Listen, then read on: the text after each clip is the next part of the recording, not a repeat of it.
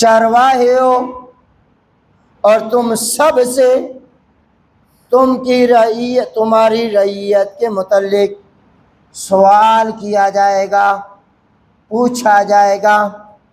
اور حجۃ الوداع کے موقع پہ میرے آپ کے آقا نے فرمایا فاتقوا اللہ فی النساء، ڈرنا تم عورتوں کے معاملے میں، اپنی عورتوں کے معاملے میں اللہ سے ڈرنا ہے۔ فَإِنَّكُمْ أَخَذْتُمُوهُنَّ فِي أَمَانِ اللَّهِ، یقیناً تم لے چکے ہو ان عورتوں کو اللہ کی امان کے ذریعے۔ سبحان ربک رب العزت عما یصفون وسلام علی المرسلین والحمد للہ رب العالمین۔ اللہم صل علی محمد وعلی آل محمد کما صلیت علی ابراہیم وعلی آل ابراہیم انک حمید مجید۔ اللہم بارک علی محمد وعلی آل محمد کما بارکت علی ابراہیم وعلی آل ابراہیم انک حمید مجید۔ ربی اشرح لی صدری ویسر لی امری واحلل عقدۃ من لسانی یفقہوا قولی۔ ربی اشرح لی صدری ویسر لی امری واحلل عقدۃ من لسانی یفقہوا قولی۔ ربی زدنی علما ربی زدنی علما ربی زدنی علما۔ انتہائی واجب الاحترام، معزز مکرم اور میرے ذی شعور سامعین گرامی قدر، حاضرین مجلس، ناظرین کرام، خواتین و حضرات، جیسا کہ آپ حضرات اس بات سے بخوبی واقف ہیں کہ اللہ ذوالجلال نے اس دنیا میں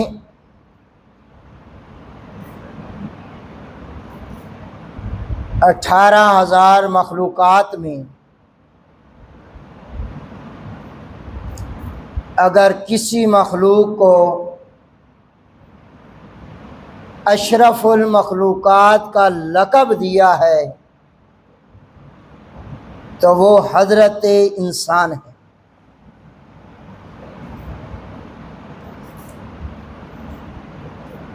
خود اللہ ذوالجلال بھی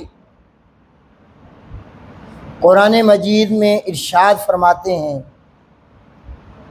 لَقَدْ خَلَقْنَا الْإِنسَانَ فِي أَحْسَنِ تَقْوِيمٍ، کہ مجھے اپنی ذات کی قسم ہے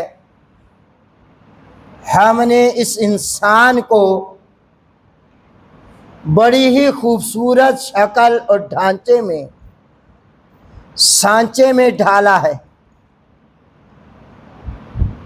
اس کو بڑا ہی خوبصورت بنایا ہے۔ کیوں؟ اس لیے کہ یہ اشرف المخلوقات ہے۔ اور اشرف المخلوقات کیوں بنا؟ اس انسان کو یہ لقب کیوں ملا کہ جتنی بھی مخلوقات اللہ ذوالجلال نے اس کائنات میں پیدا فرمائی ہیں، ساری مخلوقات اللہ پاک نے لفظ کن سے پیدا فرمائی، لیکن جب حضرت انسان کی باری آئی،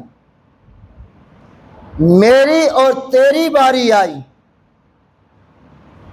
تو اللہ ذوالجلال نے اپنے قدرت کے ہاتھوں سے ہمیں بنایا۔ خلقت بیدی، اللہ پاک فرماتے ہیں میں نے انسان کو اپنے ہاتھ سے بنایا ہے، میری قدرت کے ہاتھوں نے بنایا ہے۔ اور یہ بات آپ اچھی طرح جانتے ہیں کہ جو چیز ہاتھ سے بنائی جائے اس چیز سے انسان کو محبت ہوتی ہے یا کوئی نہیں؟ جیسے میں اور آپ کوئی ہاتھ سے چیز بنائے تو ہمیں اس سے محبت ہوتی ہے، تو جس چیز کو اللہ نے اپنے ہاتھ سے بنایا ہے کیا اللہ کو محبت نہیں ہوگی؟ تو تمام مخلوقات میں اللہ نے اس انسان کو رتبہ عطا فرما دیا، مرتبہ مقام عطا فرما دیا، شان و شوکت اور عظمت عطا فرما دی۔ پھر آدم علیہ السلام کی دائیں پسلی سے اماں حوا کو پیدا فرما دیا، مرد اور عورت کا جوڑا بنا دیا، اور بتا دیا کہ مرد بغیر عورت کے ادھورا ہے، نامکمل ہے، اور عورت بغیر مرد کے نامکمل ہے۔ اور یہ جوڑا اللہ نے بنایا کیوں ہے؟ اس کو اللہ پاک نے سورہ روم میں ذکر فرمایا، اپنی قدرت کی بہت بڑی نشانیاں اللہ پاک گنوا رہا تھا، تو گنواتے گنواتے اللہ نے فرمایا میری قدرت کی ایک بہت بڑی نشانی یہ ہے کہ میں نے تمہیں پیدا کیا، تمہارے جوڑے بنائے۔ تمہارے کیا بنایا؟ میاں اور بیوی کا کیا بنایا؟ اور جوڑا بنایا کیوں؟ تاکہ تم ایک دوسرے کو سکون دو۔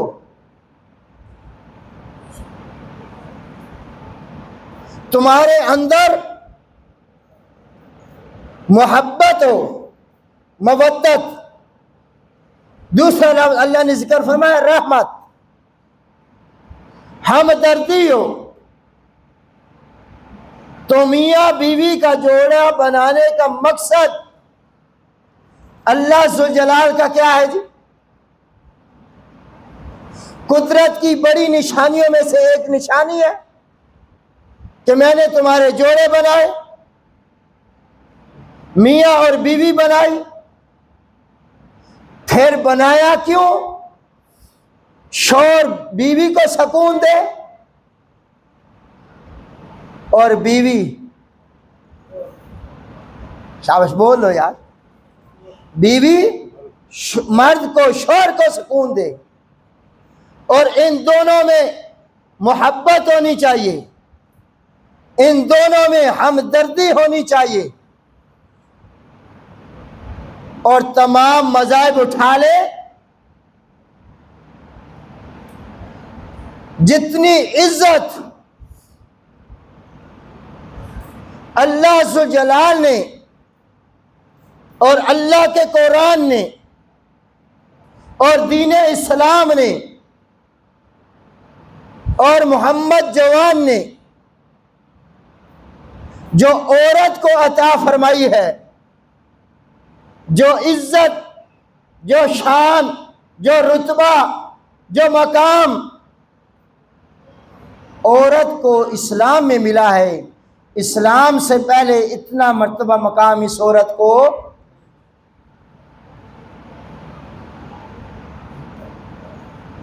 تاریخ اٹھا لیں، قرآن کا مطالعہ کریں، میرے آپ کے آقا کی زندگی کا مطالعہ کریں، حضور علیہ الصلوۃ والسلام کی سیرت کا مطالعہ کریں، تو آپ نے عورتوں کو مرتبہ مقام دیا یا نہ دیا؟ اس عورت کو عزت ملی یا نہ ملی؟ اور یہ عورت کو عزت ملی ہے، اسلام کی درخت کے نیچے آئے گی، اسلام کی چھاؤں کے نیچے آئے گی، قرآن کے سائے کے نیچے آئے گی تو عزت ملے گی، میرے نبی کی رحمت والی چادر کے نیچے آئے گی تو عزت ملے گی۔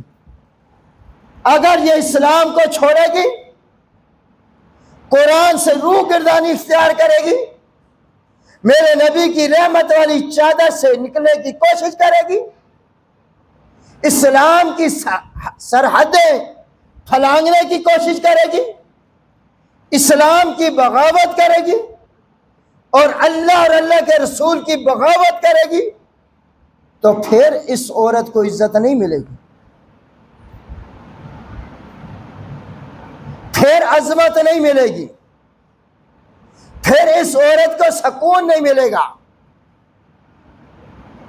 عورت کی عزت محفوظ ہے تو اسلام کی چار دیواری کے اندر، عورت کی عزت محفوظ ہے تو قرآن کے سائے کے اندر، عورت کی عزت محفوظ ہے تو محمد عربی کی رحمت والی چادر کے اندر، اور اگر اس سے باہر نکل گئی تو پھر ان کی عزت محفوظ، اس کی عصمت محفوظ نہیں رہے گی۔ اسلام نے عورت کو مرتبہ مقام دیا ہے، شان دی ہے۔ گزشتہ جمعہ بھی میں نے اسی پہ روشنی ڈالی تھی کہ ہر عورت کے 4 رشتے ہوتے ہیں مردوں کے ساتھ، ہر عورت کے کتنے رشتے جی؟ 4۔ سب سے پہلے بیٹی بنتی ہے، میرے آپ کے آقا سے پہلے، نبوت سے پہلے، بعثت سے پہلے اس بیٹی کا مقام کیا تھا؟ اس عورت کی عزت کیا تھی؟ اس حوا کی بیٹی کا مقام کیا تھا کہ کوئی بیٹی کسی کے گھر میں پیدا ہو جاتی اور اسے خبر مل جاتی تو اس کا چہرہ سیاہ ہو جاتا، افسردہ ہو جاتا، روتا وہ، اور اسی اپنی سکی بیٹی کو گڑھا کھود کے زندہ دفن کر دیتے۔ یہ اسلام سے پہلے بیٹی کا مقام ہے۔ میرے آپ کے آقا جب دنیا میں تشریف لائے، مبعوث ہوئے، نبوت پر سرفراز ہوئے، تو آپ کے میرے آقا نے فرمایا کہ بیٹی دفن ہونے کے لیے نہیں آتی، بیٹی تو رب کی رحمت ہوتی۔ بیٹیاں تو رب کی کیا ہے؟ یہ کس نے بتایا؟ اور آپ کے میرے آقا نے فرمایا جس کو اللہ پاک 2 بیٹیاں دے دے اور وہ باپ اپنی بیٹیوں کی صحیح تربیت کرے، ان کی عزت ناموس کی حفاظت کرے، ان کو باحیا بنائے، با کردار بنائے، قرآنی تعلیمات دے، ان کو پردے کی تعلیمات دے، اور پھر جوان ہو جائے اور اچھا رشتہ تلاش کر کے باپ بیٹیوں کو گھر سے رخصت کر دے، تو کل قیامت والے دن ان لڑکیوں کا باپ، آپ کے میرے آقا نے فرمایا ان کا باپ اور میں ایسے کھڑے ہوں گے جیسے یہ 2 انگلیاں۔ یہ اسلام نے عزت دی ہے، یہ عورت تو بیٹی بنی ہے تو باپ کو میرے نبی کے ساتھ کھڑا کر دیا، بہن بنی ہے تو جو بھائی اپنے بہن کے اوپر خرچ کرے تو اس کی 7 پشتوں تک کبھی فقر نہیں آئے گا، بھائی کبھی فقیر نہیں ہوگا۔ اور تجربہ کر لیں، یہ جو میں رشتے گنوانے لگے ہوں نا، یہ مردوں سے محبت کتنی کرتے ہیں۔ بیٹی اپنے باپ سے کتنی محبت کرتی، یقین مان۔ اب آپ بھی بیٹیوں اور بیٹوں والے بیٹھے ہیں، آپ سے پوچھتا ہوں، آپ سے زیادہ محبت آپ کی بیٹیاں کرتے ہیں یا بیٹے کرتے ہیں؟ اونچا بولے آئے ذرا، اللہ کے گھر بیٹھے ہو۔ او دنیا کی کسی نوکر پہ بیٹی ہو نا تو پتہ چلے باپ کو بخار ہو گیا ہے، میرا باپ تکلیف میں ہے، کھانا کھائے گی وہ، جوتے پہنے گی،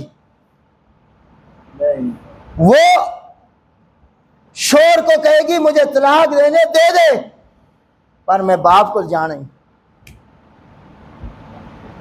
اپنے باپ کے پاس ہے۔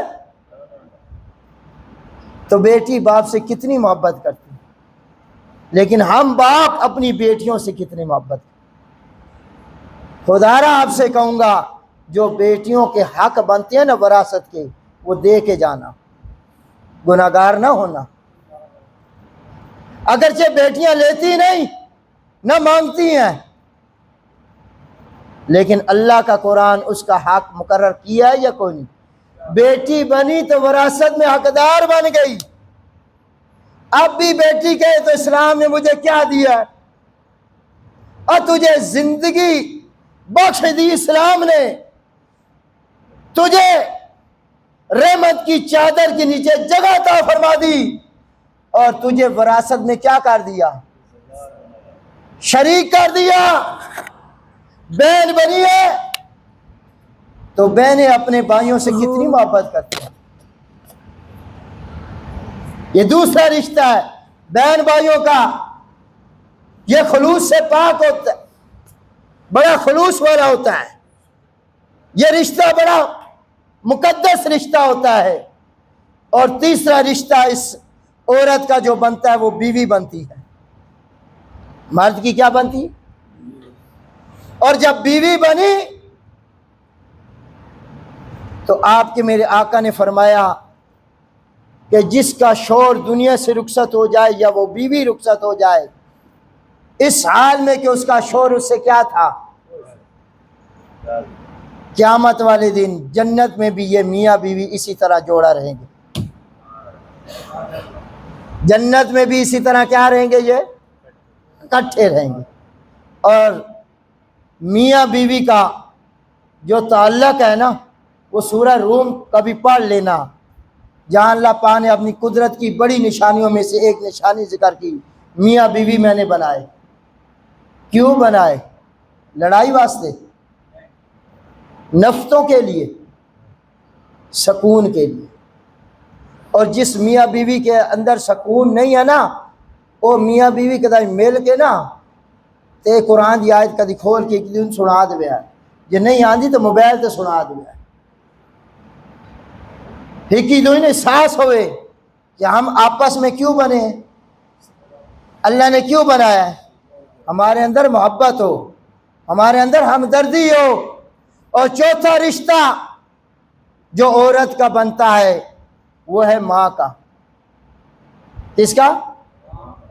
جب ماں بنی تو اللہ پاک نے پوری جنت اٹھا کے ماں کے قدموں کے نیچے رکھ دی۔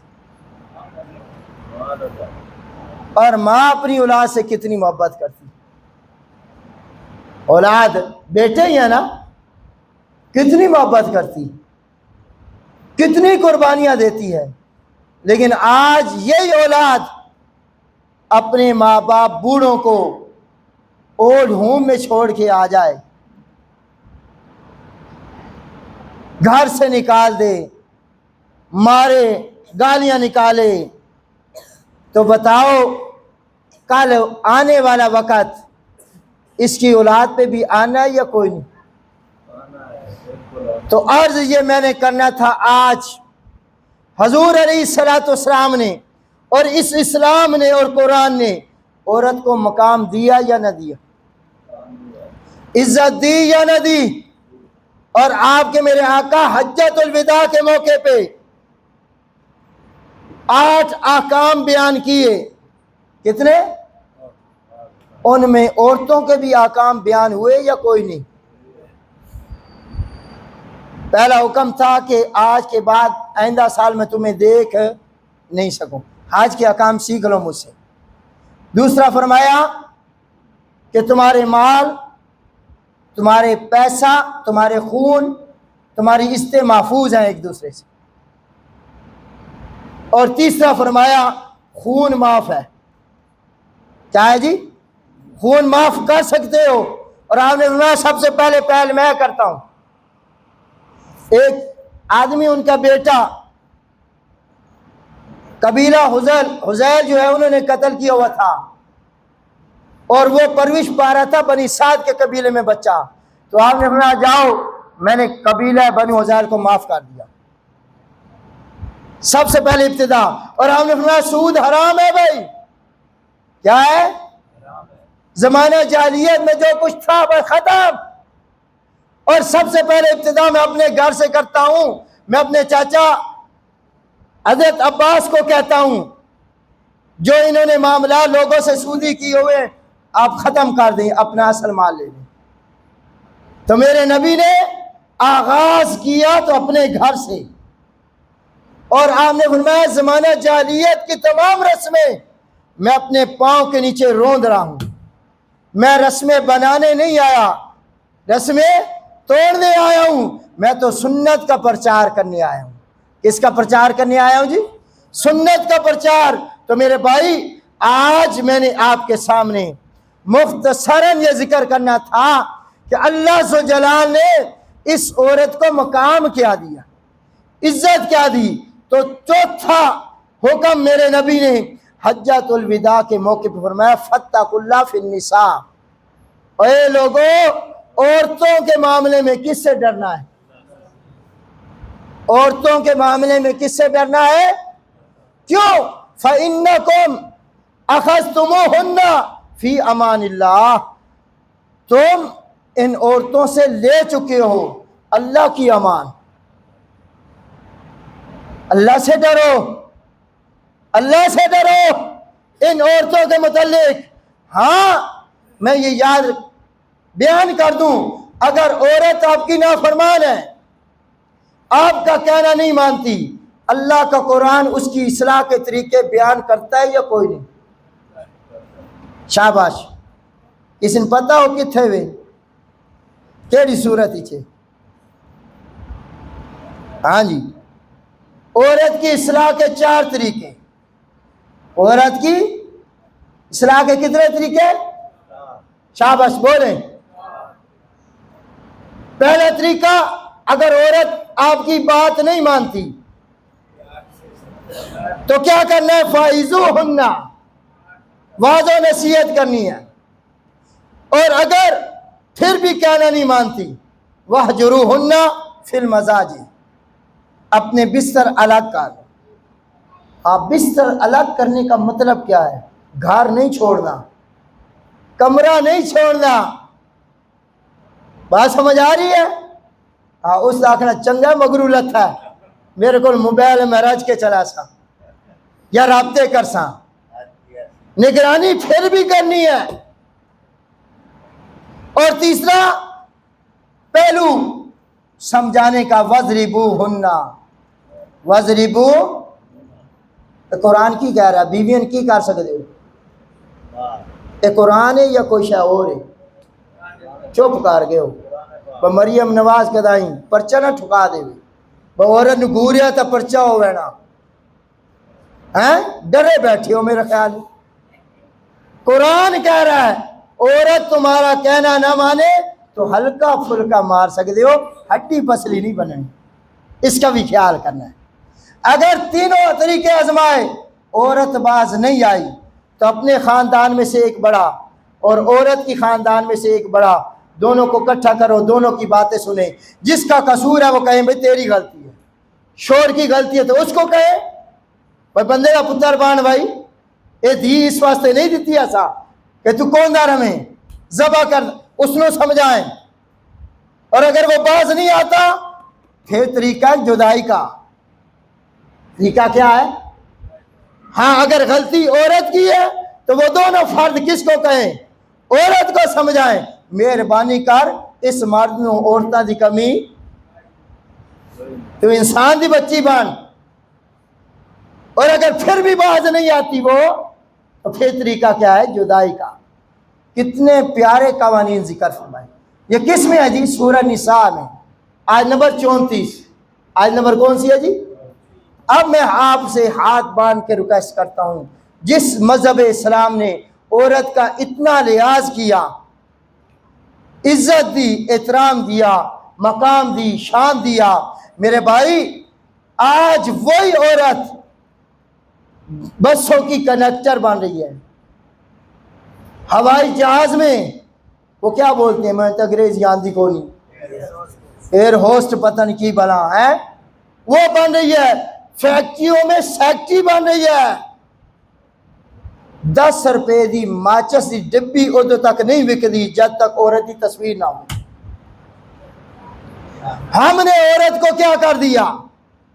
وہی زمانہ جو میرے نبی کے دور والا تھا، میرے نبی کے وقت سے پہلے کا، عورت کو شمع محفل بنا دیا۔ حالانکہ یہ شمع محفل یہ گھر کا چراغ تھا، اس نے گھر میں جلنا تھا۔ اور آج سوشل میڈیا پہ جن مردوں نے اپنی عورتوں کو لگا رکھا ہے اور وہ بے پرد آ رہی ہیں، ناچ گانا کر رہی ہیں، فحاشی پھیلا رہی ہیں، کیا ان مردوں سے پوچھا جائے گا یا کوئی نہیں؟ کلکم رائن کلکم مسئول عن رعیتہ، یہ بخاری شریف کی حدیث ہے۔ تم سب رائی ہو، تم سے تمہاری رعیت کے متعلق پوچھا جائے گا، باپ سے بیٹی کے متعلق، بھائی سے، شوہر سے، اور بیٹے سے، ماں کے متعلق سوال ہوگا میرے بھائی۔ تو اس لیے اگر آپ چاہتے ہو آپ کی خواتین با حیا بنے، با کردار بنے، تو اپنی خواتین کو دین اسلام سکھاؤ، دینی تعلیم دو، قرآن کی تعلیم دو، ان کو مدرسے کا ماحول دو تاکہ وہ قرآن پڑھیں، قرآن کا ترجمہ پڑھیں۔ اللہ سے دعا ہے اللہ پاک ہم سب کو عمل کرنے کی توفیق عطا فرمائے۔